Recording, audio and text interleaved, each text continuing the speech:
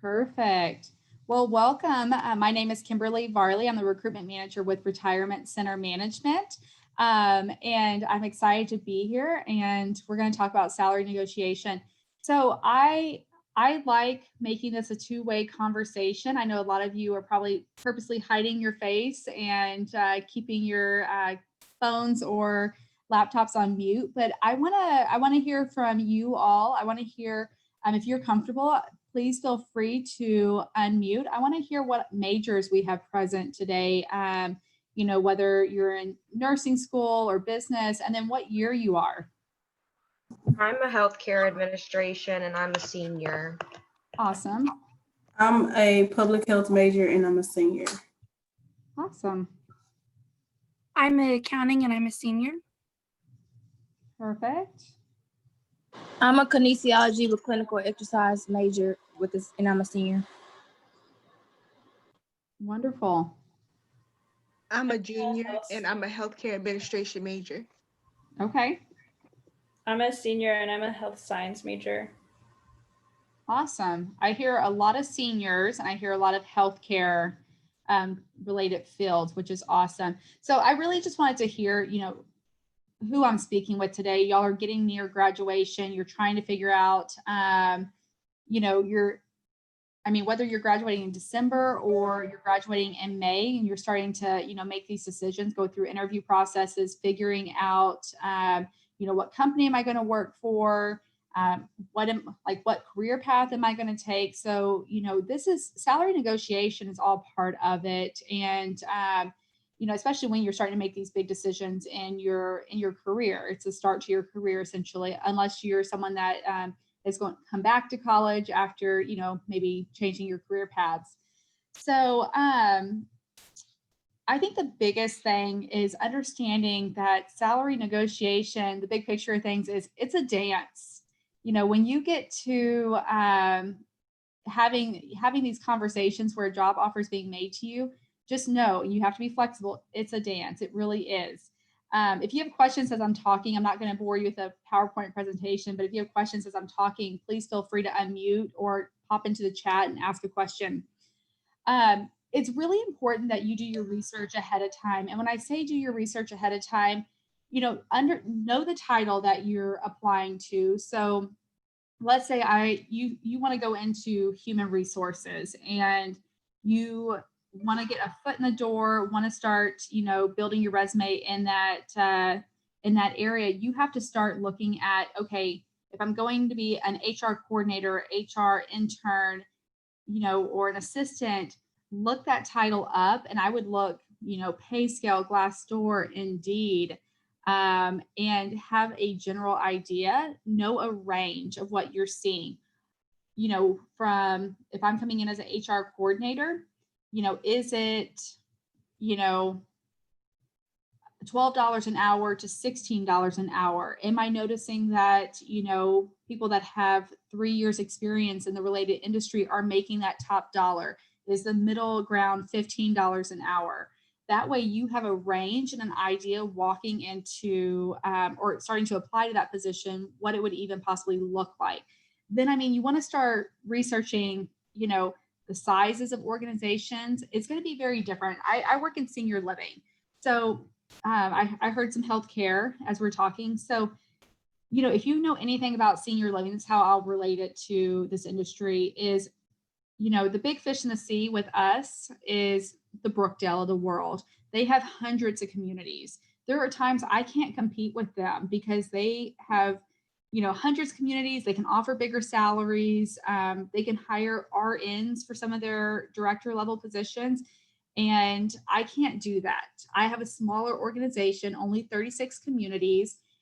We have budgets that are equivalent to LVNs for our nursing positions. And so doing that research ahead of time, there are times that I get applicants and I see on their resume RN and they're applying for a director, and I'm calling them and letting them know, hey, unfortunately, unless you really want to be part of our organization and that's what you're looking into, is joining a great culture, a great team, this is what usually we're budgeted for. This is what it varies or ranges. And sometimes I get RNs that are saying, you know, look, I really want to be part of a great organization. I understand, you know, that it's not budget as high as what I'm normally used to, but I want to make the change into assisted living. So there are times that happens, and there's times that I call someone and they say, absolutely not, I'm an RN, this is what I make. And so unfortunately, you know, I don't have a whole lot of wiggle room there. So that researching the organization and the type of organization that you're applying to makes a difference. If it's a large company versus a small company, sometimes larger companies have more wiggle room than privately owned or mom and pop type of organizations. Look at the responsibilities of the position. You know, I will say that, like I said, I'm relating this to my industry. A lot of times, skilled nursing can pay a lot more than senior living, but the responsibilities of the job are much greater in a skilled nursing setting, even from a standpoint of physical, because there's a lot of lifting, there's a lot of physical toll that it can take on a body working in skilled nursing versus assisted living. So, you know, taking a look at that, but there's a reason why they make more money. They're compensated more for the responsibilities of the role. Look at the geographic location of where you're applying to. Is there anyone in this group? Like I said, feel free to unmute. Anyone looking to leave the Houston area, or where, if you are, where do you think you want to relocate to? I'm going to New Jersey. That's where I'm thinking about going. Okay, New Jersey, where else? I'm not necessarily planning on going anywhere, but I'm not opposed to it either. If an opportunity presents itself and it looks good, then I would definitely take that up. Okay, awesome. Anyone else? Anyone made any decisions about leaving? Same as Joya. I'm not necessarily having a location in mind, but if, you know, if it sounds good and like a great opportunity, then I'd be open to it. Mm-hmm. So something to think about when you start looking at, I'm graduating, this is what I'm going into, start to look at location. Keep in mind cost of living, and salaries are usually comparable to where the cost of, or where the cost of living looks like. So there was a moment in my career I thought I wanted to move to Palm Springs. California was on my list. And if any of you have ever looked at cost of living in California, it's crazy. So salaries definitely match, you know, what the costs or the expenses that take place living in a place like California, but just know that they match, you know, what you're going to pay in rent, and everything is going to cost more essentially. So, you know, just definitely, you know, take a look at that. There's times I have applicants from California moving to Texas, and they're used to, let's say, making $100,000 for this position. And, you know, in California, that's a great wage for what their position is, but then they're making the transfer over to Texas. And now we're having the conversation of, you know, the cost of living is not equivalent to California. This is what our salary ranges are. This is where, you know, they fall in line to the cost of living in Texas. So sometimes that can be a shock for people. So that's why it's really important to do your research. So we have communities up in the Arkansas area, and I'll be honest that Arkansas is much cheaper to live in, and salaries are not what they are in the Houston area or Austin. So just that's why it's so important to do that research and know, if I'm applying to New Jersey, this is how much it would cost to live there. I have to make at least this, you know, I've done my research on the type of position, what it's ranging in that market for.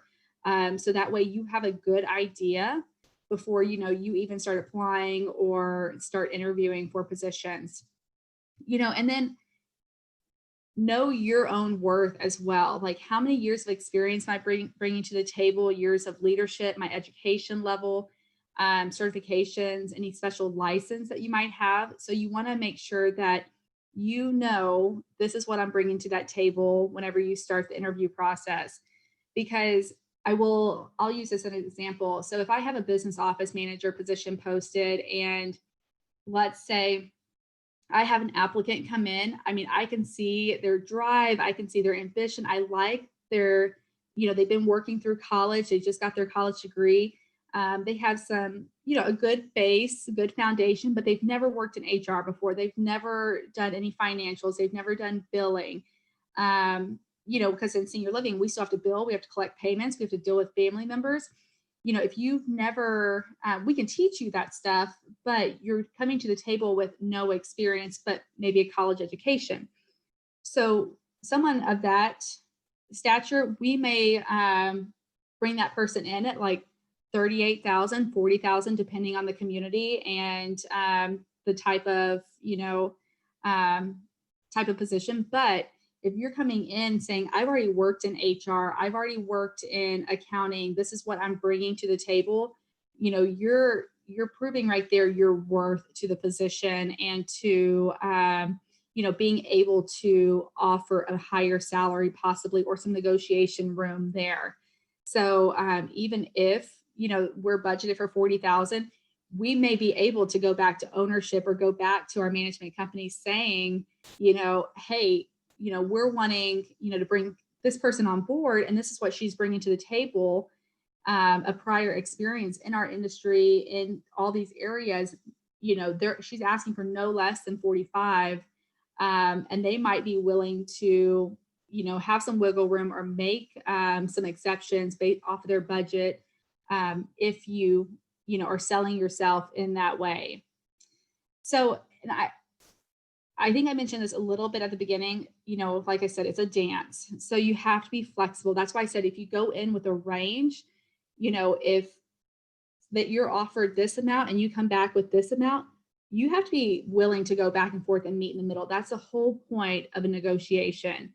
I actually had a candidate this a couple of weeks ago that actually went through the whole interview process, did a great job. Everyone enjoyed meeting the candidate. And then we got to the negotiation piece, and the ball was really, I think a big piece was in her ball court. And the first offer came out, she bounced back with the second offer, they upped some more, and then she just walked away. Instead of, I think if she would have come back saying, hey, I won't take any less than this, or negotiated a few other things that I'll talk to you about in a minute, I think that, they would have bent to make it happen for the candidate, because they really were hoping the candidate would come on board. But instead, I don't think that the candidate was confident in her ability to negotiate and get really what she wanted on the table. So when I say be flexible, it goes back and forth. There's certain things that you have to think about that are all part of the bigger picture of a salary. So sometimes it's not just the hourly rate or the base salary. You have to think bigger picture. Let's say you're wanting to go into a sales position. So sales positions always come with bonuses and commissions. Take a look at that first offer. The base salary might be a little lower than what you're looking for or expecting, but look at how that bonus and commission structure is built out. And say, you could even go back and say, I'm okay with the base salary where it is, but I would like to see higher percentages on the commissions, or I would like to see, in our world in senior living, it could be, what I would like to see is high occupancy bonuses that weren't first, in the offer. So that's when a community, or it's the same thing in like property management and apartment complexes, you can negotiate high occupancy bonuses. We just got to 80%, 90%. I want a $3,000 payout for every time I hit these thresholds. And as a salesperson, what you want to do is drive occupancy, bring in the business, and you're driven by sales. That's what you do for a living. And, that's from an employer standpoint. I don't always want to touch that base salary, but you know what? If you can hit all these goals, I'll pay you more on the commission side. I'll be flexible on that side of things. If you can make more revenue for us, fill our building, then we can talk about, putting some of these things into place. So know that flexibility there and what you're able to possibly ask for. Other things to think about, if some of you are, it sounds like, thinking that you might want to leave the Houston area or Huntsville area and take off to other states or other cities, and you're starting to do that research of, what do salaries look like there? What does cost of living look like? Also keep in mind relocation, you can negotiate that, but be realistic about what you're asking for. There have been companies that I've worked for that will give a $2,000 relocation bonus to help you out. And there are some companies I've worked for that have given $10,000. But that's why it's really important when you go on Glassdoor and start reading interviews and reading salaries and benefits, you can sometimes find out what other people have been offered and what the company maybe has some flexibility to do. And remember, you don't know if you don't ask. So it never hurts. The worst thing someone can say to you is, no, we're not able to do that. But at least you went in asking. You'll never know if you don't ask. So also keep in mind, you can negotiate PTO. So maybe that salary isn't quite where you want it to be, but after you've reviewed the benefits and reviewed holidays, PTO, and you realize maybe you don't get PTO until 6 months after being there. You could always say, hey, I see that your PTO policy doesn't start until 6 months after employment. I am okay with the base salary as long as I could get 40 hours up front of PTO to be able to use my first 6 months. That I've seen where people have done that, negotiated PTO, as a way to be compensated more than the base salary. Also think about, negotiating work-life balance. I know it sounds silly, but there are individuals that I have worked with before that I know one person that negotiated where she could work from home 1 day a week, and everyone else in the office had to work Monday through Friday. And that was part of her negotiation. She wanted to be home 1 day a week to work from home, and she made it happen. But, I can't blame her. She actually asked for it during the interview process and got it. I didn't. So these are things that, don't ask for the world, but make sure you're being realistic in, the whole package. If maybe the salary isn't quite where you want it to be, and what will make you happy to get you where, you're wanting to make these decisions. So if it's that work-life balance, having a little bit of flexibility, if it's working from home, make sure that you're asking those questions to be able to feel like you're compensated properly and, you're getting that full package that you're looking for. Also think about, all the health related benefits. So ask to see the medical, dental, vision plan, all the other extra, plans that they might offer. Ask about their 401k. I know that y'all are all early on in your career, but after working in senior living, I will say I've upped my 401k after seeing how much it costs to live in a community when I hit my 70s or 80s. Because things that I didn't think about when I was 20 and coming out of college, and you think you have plenty of time, and then you realize as you get older, you have less and less time to save for, those later years of your life. And, when you're 20 and 25, you don't think about how much those types of like senior living communities cost. And they can vary from $3,000 a month to $4,000 to $8,000 to $10,000. I've seen higher than that. So those kind of things, such as 401k, are really important, and knowing if a company matches and to what percentage do they match. So those are things to take into consideration whenever you're starting to make those decisions. Also, I've worked for airlines before. Airlines sometimes don't pay as much, but the benefit there is all the travel perks that you get flying for free everywhere. Also, hotels, you get highly discounted room rates. So, those are all those factors and those benefits that go into play when you're starting to make that decision for the whole package of the job offer that's being presented to you. Any questions so far?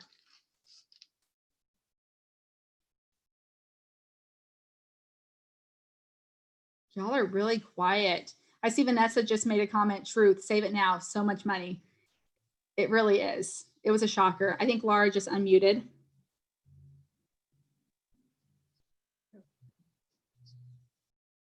Oh, any questions? I'm sorry, I saw one person unmute.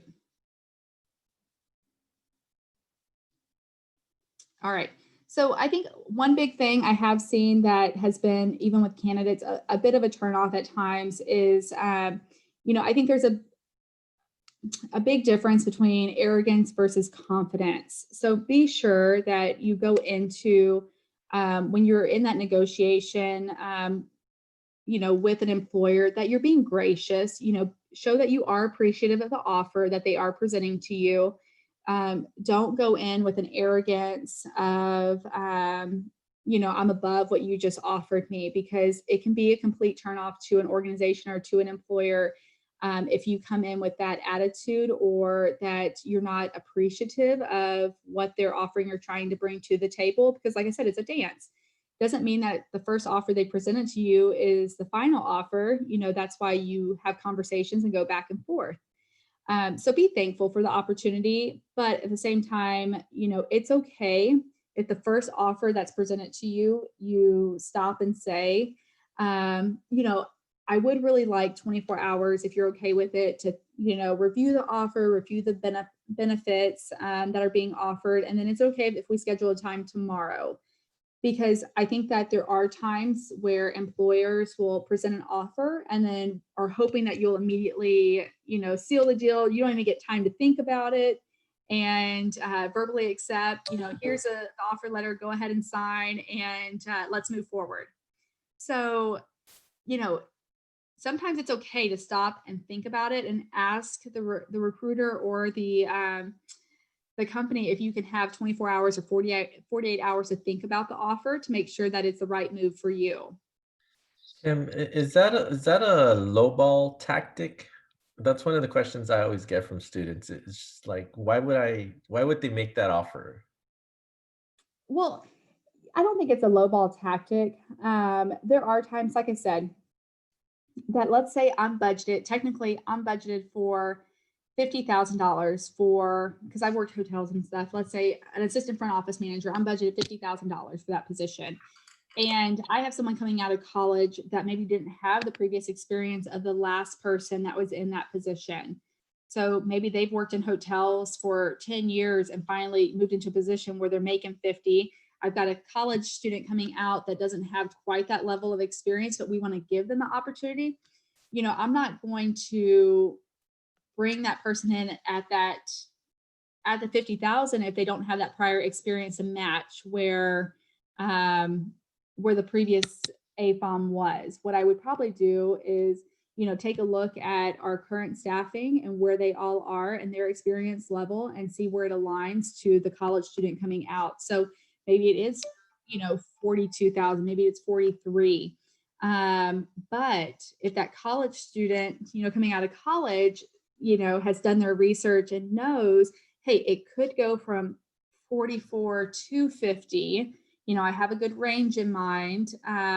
If they came back, are negotiating 45 from the 42 or 43, we might dance a little bit there, but I don't think that's too far off. And it's definitely within the range of what a position like that falls into. And if it's aligned with where the other managers are on that staff, I don't see any problem with that. But I don't think it's a lowball tactic, but I think that we definitely take a look at like experience level, take a look at the rest of the team, where everyone else falls in line as well with their salaries, because I try to bring people in fairly where I'm not, let's say I have a very loyal team member that's been there for a few years and they're making 50 and they're experienced and well-versed or whatever, and, an expert in what they do. And then I just don't find it always fair to bring someone in that doesn't have any experience and they're above them just because they were a better negotiator. I don't know. I don't think that that's always the case, is trying to lowball someone. Okay, thank you. Does that make sense? Yeah, totally. All right. Any other questions so far? Y'all are a quiet group today. All right. So the last thing I was just going to say is, when you're thinking about negotiating, when you're thinking about starting to, talk to the employer about, what you maybe that you aren't okay with the base salary, or you would like to negotiate PTO, or you want to negotiate a sign-on bonus or relocation, I would recommend, talking with a friend, someone that you feel like is a confidant within the industry, or, is a very savvy business professional. Practice with them a couple times. It's going to make you more confident. Like I said, you want to come off confident, not arrogant, and comfortable having that conversation of, this is, the offer that you made to me yesterday, it's a little bit lower than what I was expecting. I would like to be around, this ball court, or I would like to request that I get XYZ in regards to bonus or commission. And having your case of, the experience level that you're bringing to the team and your track record. If you've already been working in sales, talk about this. This is my closing ratio. I have an 80% closing ratio, from a tour to, a signing. And so, you're proving your worth already to the organization of what you can bring to that table, and, the experience level to possibly negotiate a little bit more than what was previously offered.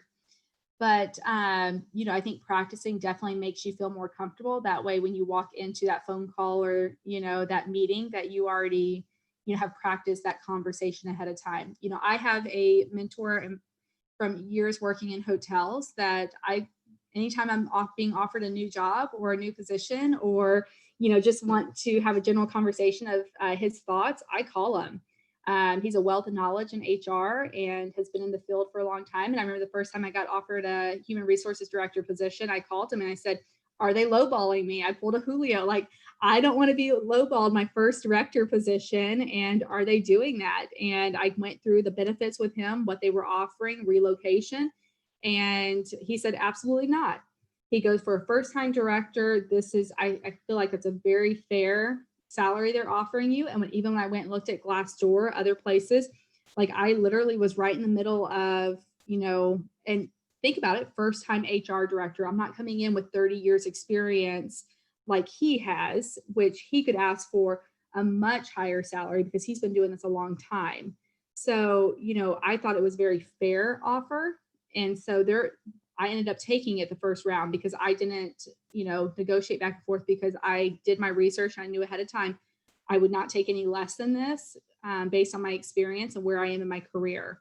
So that's why you have to go in knowledgeable and have an understanding of, the industry, have an understanding of what the positions pay and range for that area, for that type of role. And because everything's going to be different. A hospital is going to pay differently than a hotel, that it's going to pay differently than a senior living community. So you have to know what industry and what the pay ranges vary from. All right. So I wanted to leave the end for open forum for questions that y'all might have, because I want to be able to help you through any questions that you have, especially as you're getting close to, graduation and what you're worried as you start getting job offers. I promise, guys, this is a safe space. I have a question. If you're going into a position with no experience, what skills do you use to market getting a better salary in the interview? Well, I think, having an understanding of the job description and, then, like I said, doing your research, because let's say they decide to bring you in, interview you, you have no experience whatsoever. Then it's having that range in mind. When you go on Glassdoor, does anyone in here use Glassdoor? Have you, Chastity? No, I haven't. Yeah, so go on Glassdoor, you'll see salaries and how they range from the years of experience. And that way you have a general idea. Are they lowballing me? Are they not? What does pay scale look like right now? Because my first year out of college, let me tell y'all, I knew I wanted HR. I'm going to be an HR director one day. And so I went in as an HR coordinator. Here was my problem is, so I came in with no prior skills, working in HR, but I had worked my entire college career. So I think I made like $13 an hour, but it was a great place to start. But one thing I did notice is another person that was equal to me, came in a little bit higher than me. And I actually questioned that at one point. And when I questioned that, they said, well, she asked for a little bit more. She negotiated a little bit, so don't ask for, a crazy amount, but if you've done your research, what you can do is ask for a little bit more. You're going to start at the beginning if you have no experience related to the role that you're coming into. I mean, that's just part of it. And that's what you're going to really do is build your brand and build, your experience level and your technical ability once you get into the job. And then you're going to be able to, your next position, ask for more money. I mean, that's all part of it. Okay, thank you. Of course.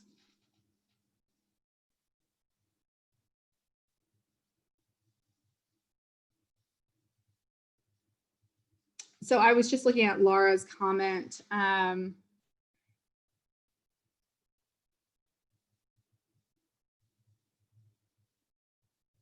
So Laura, to be honest, I don't know too much about dietitian. Like I said, I would probably just say look at dietitian online and see what they start at, what it ranges from. So you have a general idea. And yes, you have 8 years experience, but it's in a different field, a different area. So that'd be like let's say a general manager of a hotel. I'm not lying when I say this. They can make up to $200,000 a year. So if they apply to senior living, I mean, it's a totally different, a general manager of a hotel is equivalent to our executive director, but we can't pay that amount. But I do have general managers that make the move over, but they've done their research and know what salary range or what their worth is, even though it's still operational and they know how to run the operation, have those years of experience to back it. What they'll do is say, I want to be at the higher end because I'm not an entry level general manager. But if I'm making this transition into senior living, I want to be at that, 120. I want to be at the 140 or whatever it is for that community, because I know my worth. I know I'm not going to make what I was making in a hotel, but I know this is, on the higher end of the range for senior living. So this is where I'd like to be. So just knowing that it could vary if you're changing totally different, industry or career paths.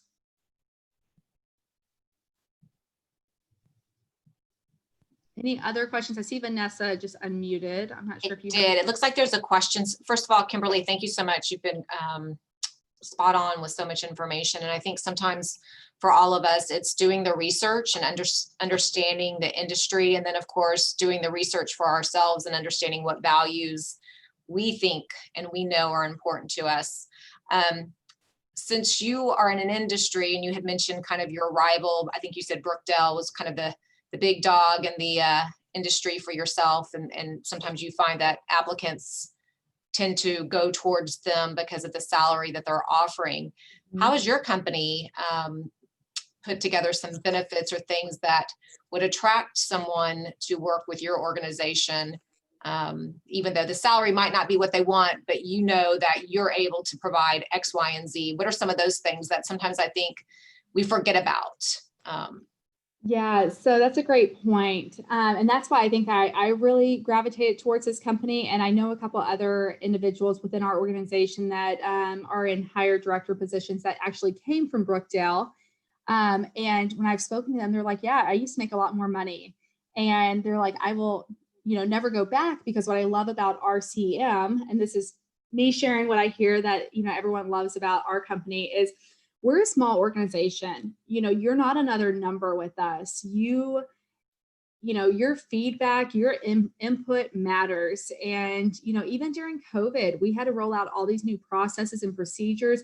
And it wasn't the corporate office just saying, here you go, this is what you need to do, which a lot of bigger organizations do. It comes rolling down from corporate, and, it doesn't matter, what location you're at, you have to do what corporate says. For us, it was definitely a team effort.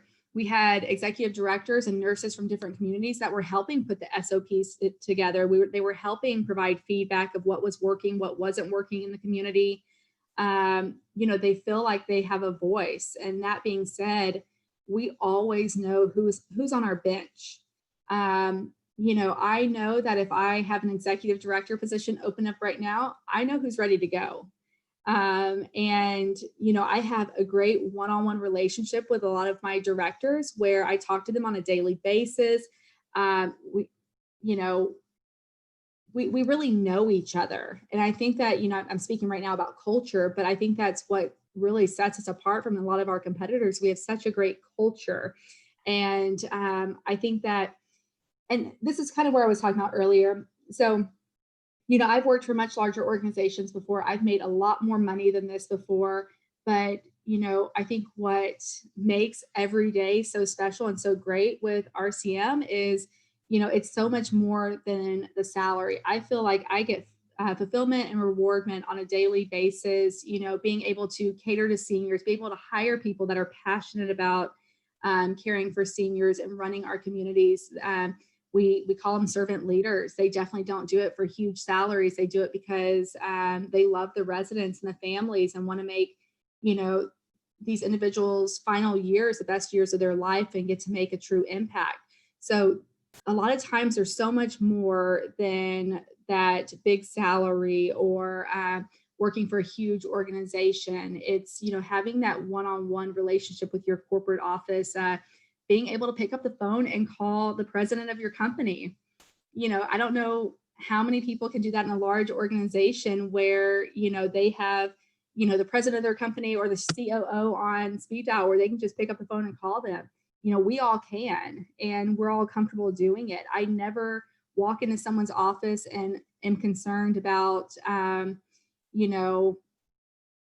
saying, I don't have time right now.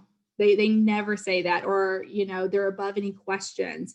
And like I said, you can't always get that at the large organizations, but with a smaller company, it can be beneficial. There are some people that I know don't like that. I just want to be another number. I don't want, my corporate team to know who I am. And that's okay. There are large companies out there for you that offer so much more. There are things I can't compete with. They can throw money around all day long, but what I can provide from a smaller organization is a great company culture and that you have a voice with us and you're appreciated. So I hope that answers your question, Vanessa. Perfect. Julio, I saw that you just unmuted. Yeah, I was going to ask, because you kind of touched on it earlier when you gave the example of the recent college graduate versus the experienced person. One of the things that we find a lot when we do job searches strategies with students is that you see entry-level positions with experience required or preferred. Can you talk a little bit about how to navigate that, or specifically from the salary standpoint? And you probably already touched on this, just the idea that there may be a higher level experience required and the salary is higher, but if you come in and you still want to apply, that, the expectation should be lowered. Well, definitely still apply, even if it's preferred. Don't sell yourself short. But I think we talked about this maybe, Julio, on our last call about branding and making yourself stand out. So make sure that your resume is up to date. Make sure that your resume stands out above your peers. Because think about, if I open, I know this sounds silly, but if I open a business office manager position right now, I will get probably 50, 60 applications for a business office manager position.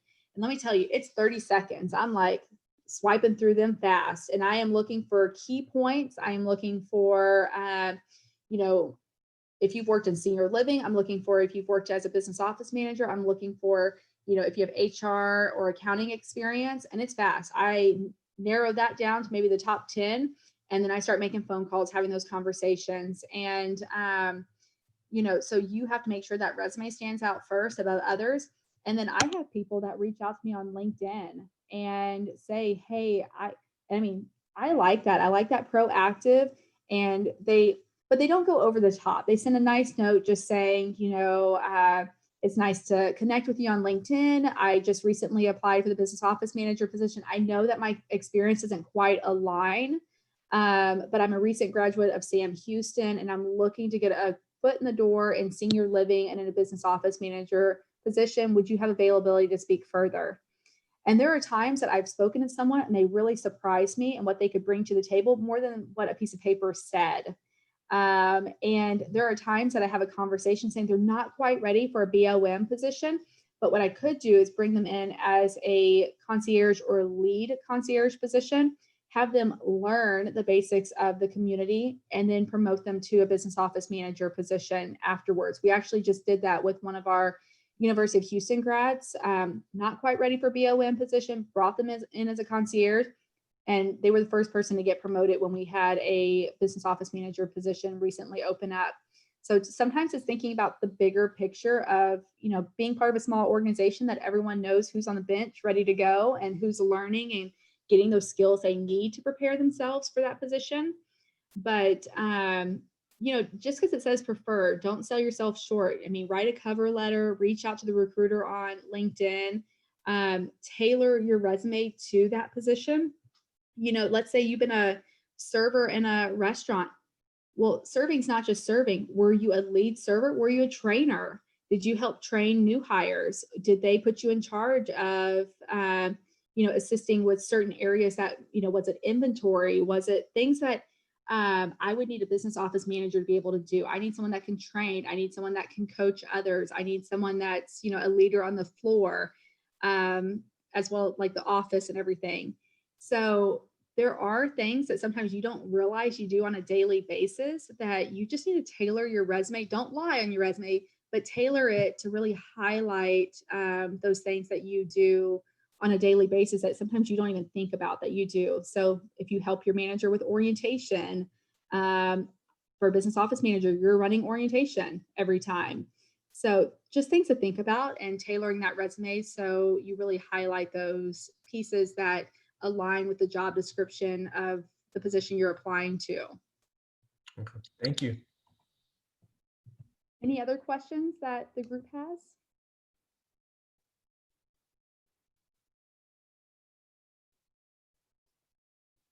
Sorry, that's my shameless plug for career services. So just as you were talking about those transferable skills and how to do some of those things, career services can help you, anyone with that. So I would encourage you guys to make an appointment through Campus Connect so that we can help get those transferable skills. Don't be a job snob, as Kimberly has just pretty much stated. All jobs are important, and understanding what those transferable skills will help you in your negotiation of a good salary. Mm-hmm. And be flexible too. There are times that, even let's say you want to graduate college and become an HR manager. And I mean, trust me, my goal was not to graduate college and become an HR coordinator. You think my parents were thrilled about $13 an hour? They were not. But the bigger picture of things was I knew that's where I needed to start, get a foot in the door, show that I could do the job. And then I quickly started moving up. I was probably one of the youngest HR directors within my last company. And, it's because there was just that natural drive to learn, get to the next position, do better. And so it's okay. Just know that even though it's a position that you take, let's say it's an HR coordinator position out of college, that doesn't mean that's your end all be all. That's just a stepping stone to get where you want to go. Always have the vision in the back of your head of where you want to be, and know those steps that you need to take to get there, and always be excellent at what you do first. So if you are the HR coordinator, be the best HR coordinator that you can be. And then the team will recognize you, the employer will recognize you and see your potential to move up to the next position, move up to HR manager, be the best HR manager you can be, excel in it, learn everything you can.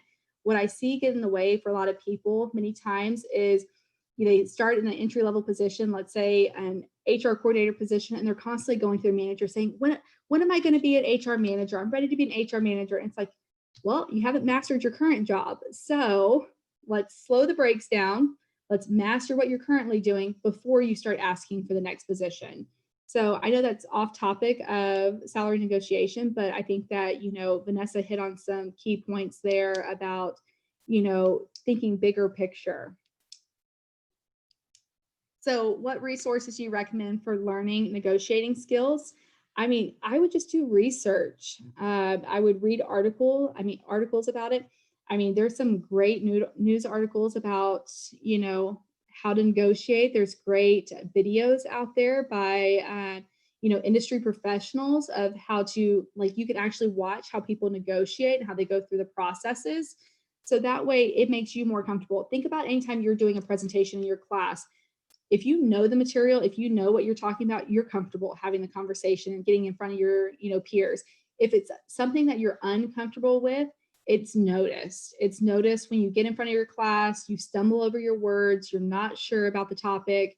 And so that's why I say before you go into a negotiation, practice ahead of time. Even if you have a friend or someone that you can talk to ahead of time and just say, let me practice this, let me bounce it off of you. This is how I'm going to approach the conversation. Because you do it a couple times, then it's gonna be natural to you and you'll go into that conversation confident, not arrogant, or come off nervous. So, doing that research and watching those videos ahead of time and practicing what you're gonna say.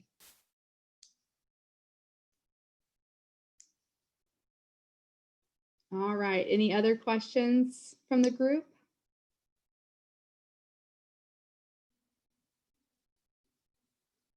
Well, Julio, it's a quiet group today. Yes, it is a quiet group. I don't know if it's the time or something else, but thank you so much. I mean, you've come through for us twice now. You've done a great job, and we're eternally grateful for not only the knowledge but your time. Of course. We, like I said, we share this with some of the internship coordinators, and it goes out to a few other folks that we don't hear about. So I think this is going to be very helpful to a lot of folks. Awesome. Well, feel free, any of the students that are on today or anyone that watches this, feel free to connect with me on LinkedIn if you want to reach out via LinkedIn and have further conversations. I'm happy to help in any kind of way, especially as you're nearing graduation and starting to get those job offers and going through the interview processes. Wonderful. Thank you. Of course. Thank you. All right. Well, if there's no Don't last forget minute. to stop recording. Yes. If there's no more questions, then we'll go ahead and end for today. Thank you all for coming in. Have a good day.